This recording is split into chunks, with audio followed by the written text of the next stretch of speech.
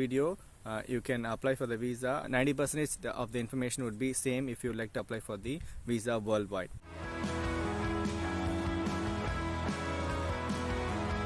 Hello all, Siva again here. Thanks for watching the other videos and for your support. If you like this video, please share it to your friends and subscribe to my channel. In this video, we are going to see how to apply for the Schengen visa and what are the documents you need to prepare. I will give you the current details. I will display you what are the countries which will be falling under Schengen area, where you can process one visa and then you can enter into all other countries. But there is a difference between Schengen area and European Union. Please don't confuse yourself. Few of the countries which fall under Schengen area, few of the countries which will not fall under Schengen area. I will give you the list in the description. 99% the documents and information would be same for all the European countries. If you need any kind of information about the visas, please do check the official website of the particular country which you are applying. Please do email to the particular embassy where they might have given you the contact details, and they will try to give you within 24 to 48 hours. You can apply your visa at the official embassy, or some of the consulate generals will give you the visa. And you can also approach a visa application center, and there are also some external service providers which are all official partners of the particular country. I will give you some of the examples here. It will take around 15 working days to get your visa, so plan accordingly. If you're planning for your trip, you can apply 3 months or 6 months prior. At the time of recording this video, it's around 80 euro for adult, and if it is age between 6 to 12, then you need to pay 40 euros. Below age of 6, there is no free. It depends upon the place where you are submitting a visa. Some of the embassies and consulate general will ask you to pay in the bank and then provide the relevant document, whereas in the visa application center they will ask you to give you a cash. Probably they if you're going for your visa application center, the money would be a little bit higher than the visa fees. So please do check in the official website and then official website of the visa application centers. There are many type of visas. I will give you a separate video how many type of visas are there. For your information, if you're applying for the Schengen visa, then you will be falling under these kind of categories. And there is also one more a special kind of visa which they are planning now. I will give you information at the end of this video. After you take your appointment, then you will get an official confirmation. This is much more mandatory to apply to enter inside the particular office where you are going to apply. In the application document, most of the people will try to commit mistakes in filling up your personal details, like your full name, surname and date of birth. Please do check, because they will ask you in the format of year, month and date. And at the surname, in South India they used to follow, some places they put father name. In North India, most probably you will be having your own surname, so fill it up all the blanks legibly. Previously they accepted filled in application form. Now they are accepting a printed version. So first check up the details in the website and then start processing. We have special visa checklist which is given in all these countries' website, embassy websites.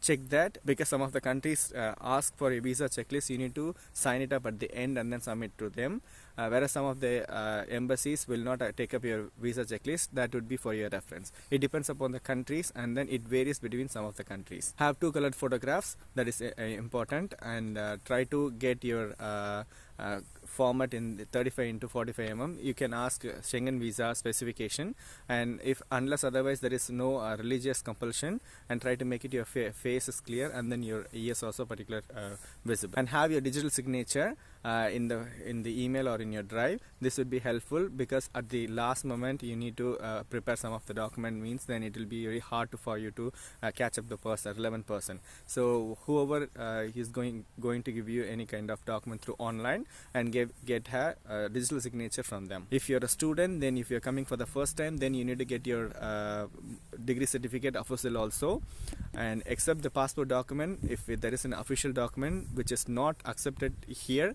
then you must get your official document. Please read about official, then this is going to be a really interesting information. You can get it from the website. If you don't know what is official, please check in the MEA website. Then they have given a list of places where you can get your official certificate. Some of the private institutions are also providing the service of getting this official. You can get it within within from 3 days to 1 week you can get it if you pay so much money. And if you like to get it for official nominal cost, then you must wait for 15 days. And in my case, I am the invitee or the host, so I applied a visa for myself, also for my wife and for my kid. So in my case, since I'm doing a PhD here, I got a scholarship letter and the rectal letter, the stipend letter also, and the transcript up till now, how much I have earned the degrees. All these details would be falling under my purpose of stay here. And moreover, if you're a student, if you're applying for your master's degree, then you need to get the acceptance letter from the university.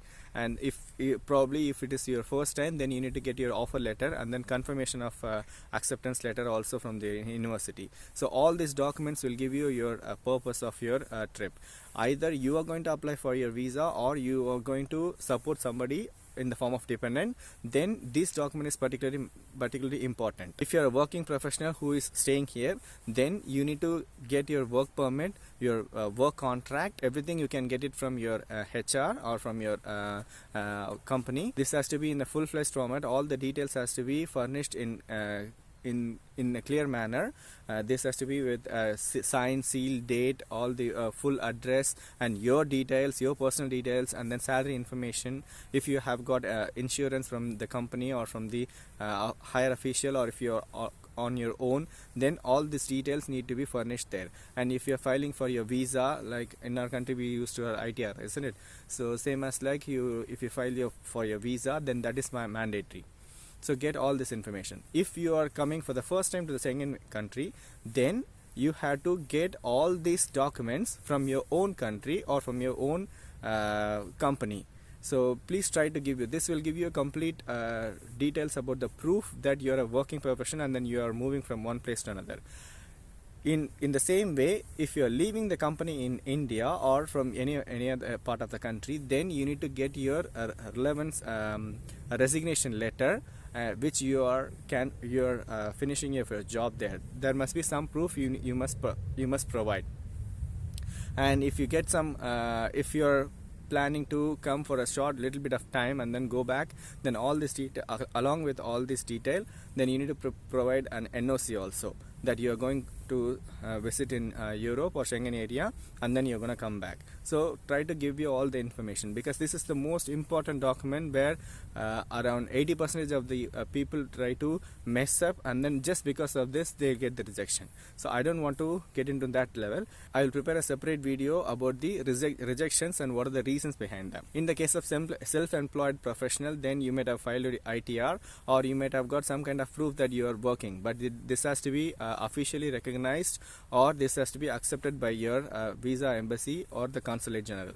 So provide ITR, that would be much more important. Or if you are registered with any kind of government organization or private organization, then you can furnish all those documents also. See, for us it's important that you need to get the official confirmation from the place you are going to transship or you're making your business. So the official letter is also important in your case. In case of retired professional, if you would like to visit your children or dependent here, then you might have got your pension certificate or previous ITR filled in certificates.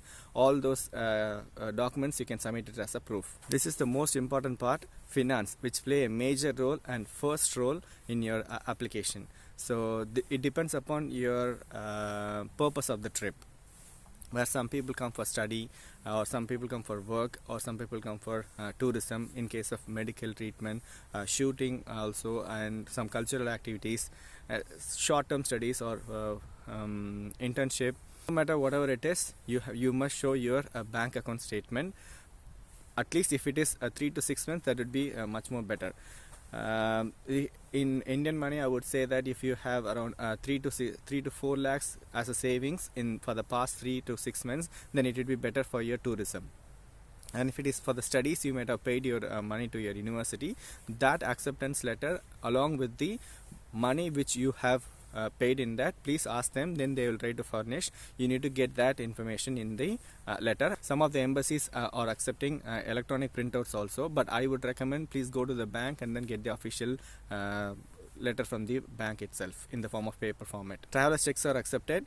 but please make sure that you must provide all your personal details in that, like for first name, surname, date of birth, and then address and the date. This is much more important, and get that a separate letter from the particular financial institution where you are getting your traveler's check. Credit card statement is not accepted. Credit card acceptance certificate or the balance you have got in your credit card, you can go and ask your bank or financial institution. They will prepare you this document, where this document is you can show it as a proof, and you should not have any kind used some of the money in this one. The reason behind this is you can use this money in the European area or Schengen area. This is the main reason.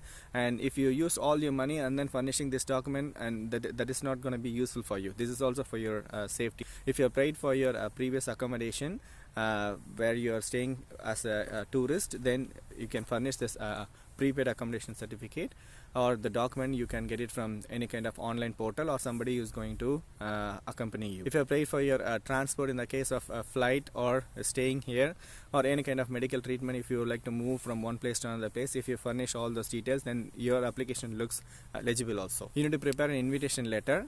Regarding this invitation letter, some of the embassies accept if you filled in a form, type in a form and then signature and then submit to them, then they will accept it. But some of the official embassies ask you to get from the government office, where local municipal authorities, they will give you invitation letter.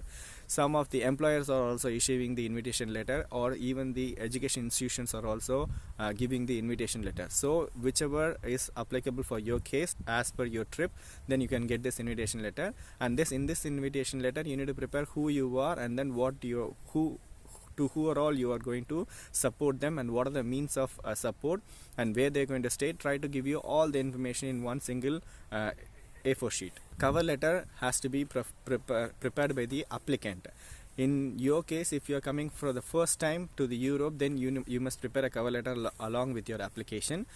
In case of dependents, then they must prepare the cover letter from their side. In that letter also, they must prepare their full detail for first name, surname, date of birth, and then passport number, and what are the documents they are furnishing in this, and what is the purpose of the trip, and with the signature also, and from to address to the particular embassy from your own address. So all these details you need to prepare in one cover letter, and make this letter also legible in the printed format, and sign it also. In Europe, this rule is pretty much strict. Below the age of 18, if a child is traveling or moving around or making any kind of official information, then both the parents must be present. If you are applying for your child, the parents both must present at the application center or the embassy or the place where you are going to lodge the application. If one of the parent is absent, then in that case you need to give a separate consent letter that you have to prepare on your own. The parent who is absent, they have to give the consent letter. Probably the present parent will lodge the application. In that letter, you must furnish the detail that you are giving the consent both to apply and then to travel, and then this letter has to be notarized by the local authority or the place where the parent who is absent, who is living here. In my case, I am living in Poland, so I have prepared own consent letter, and then I sign it, and I have gone to the notary office. I notaried the document, and then I courier to India, and then my wife took up the letter. She lodged the application. The current travel document is much more important. The passport must be valid, and it must be current passport. You must have at least 2 blank pages and not more than 10 years old. And if you have any kind of previous travel history, if you're probably a tourist, then you might have got a previous passport also. Please furnish those passport along with your visas. If the visa stamped inside the passport, or if you have got separate letter, valid permission to enter into another country. All those information you must prepare. And then if you have traveled across Europe or any kind of country in the past 5 years before lodging your application, then you must submit this proof or the details about your travel history. This is so much important document. The civil status, if you have a marriage certificate, then it must be registered in India, and the registration certificate is much more mandatory. Make sure that you have got your photographs of your husband and wife, or if you have got a full first name, surname, and then date of birth, and the address, and where the marriage happened. All the details has to be in the official format. And please make sure that this must be official. If there is a birth certificate, then you must get your official birth certificate from the local municipal office, preferably in the form of English, and then this has to be official document. Regarding the residence proof, if you have got a temporary residence permit or proof that you are staying already in the European Union or in the Schengen country, and then this document you need to scan and send it to the dependent in India. If it is a blue card, so many documents they are giving here across the European Union once after you're coming here. So any kind of residence proof, valid permit, you must give it to your dependent. Accommodation is much more important. If you travel, then you might have booked your accommodation prior through the official websites, and if you have got any kind of rental agreement or contract, some kind of information that you need to give, that the person who are coming to Schengen area are staying here with no problem. So it is not mandated that you need to put all the dependents' name details in the rental agreement. Practically this is impossible. If you get it in that format, then it will be better. In my case, I have booked a 1 BHK for my wife and kid. So I have got the contract in my name, and I have scanned and sent to my wife in India. She has taken the printout and she lodged the application. Travel itinerary is much more important, but this is not a booked confirmed ticket. This is just the itinerary. You can go to any kind of travel agent or through the online website. If you pay some 500 rupees or 1000 rupees, then you can get this confirmation. They block a ticket for a particular day, a particular period of time, and then they will give you this itinerary. This is make sure that you know everything. If you're a tourist, then if you're coming here and then going back to India, then the whole trip must be covered in the itinerary documents. So the flight, not only about the flight tickets, the local travel, if you have booked bus or train, or if you are visiting plus one place to another place, then you must provide all those details. But flight ticket is much more important among all those details. If 3 persons are traveling, then you must book an itinerary in all those dependent names. So get this document in a clear format. Regarding the travel medical insurance policy, then you must provide this document without any problematic. The duration must cover the whole purpose of your stay. If you apply for 90 days or 1 year, then you must get this insurance policy to cover up the whole period which you are traveling. Not even 1 day lesser, they will not accept it. You need to get another policy. So the full cover up must be 30,000 euros at the time of publishing this video, and check the updated information. And nowadays there are so many Indian companies who are all giving the travel medical insurance, so you can get it online even without going to the office. Medical certificate is a little bit important for the students who are all coming to the academic institutions and for some of the companies. And make sure that you first clear your doubts about whether your institution or the embassy or your company asks for the certificate, and get well in advance. Only few countries ask for the PCC. Not all the Schengen countries ask for the PCC, and they have mentioned in the official website also. First read the website and then prepare this document. In special cases, you need to prepare this NOC. For some of the students need an NOC from the to the institution where they are going to study. Some of the employer also giving their documents. In case of medical visa, this is a special case. You must get all the details from the hospital where you are going to take up the treatment. If you have paid some money, then you need to get those information. Appointment confirmation is important. Travel, how you are going to travel, whether you are going to take up their service or you are going to use your own service, then you need to furnish all those information. For the cultural, sports and religious events, or the group or the crew, then you might have got a confirmation from here, or somebody might have given you the permission that you can come and do your activities here. So those kind of confirmation must be furnished. If there is a brochure or they have given a contract for you for the whole group, and then you need to furnish this information with complete detail. Official delegates need an official invitation letter. This is much more important. Probably if you are traveling for the first time, then it is a little bit struggle for you. And if you have been invited here, then you might have got complete details from the person who are all inviting. For short-time studies or training or any kind of research program or voluntary works, then you might have gotten registered information from this place. So you must accomplish this document. This has to be in the letterhead, same as like I told you in all the official documents. There is a new type of visa they are planning now, which is going to be tech visa. In that case, then the people who are all working remotely can come and work for some time and then they can go back. But as such, till now there is no clear information about that. In due course of time, you will get the information from the official websites, and then we can get how much they are processing with this type of visa. Thank you so much for watching. If you like this video, please share it to your friends or to the needy, and if you need any information, please ask me in the comments, and I will give you, if I missed any kind of information in this video, I will try to give you in the form of description. And thanks for subscribing. See you in the next video.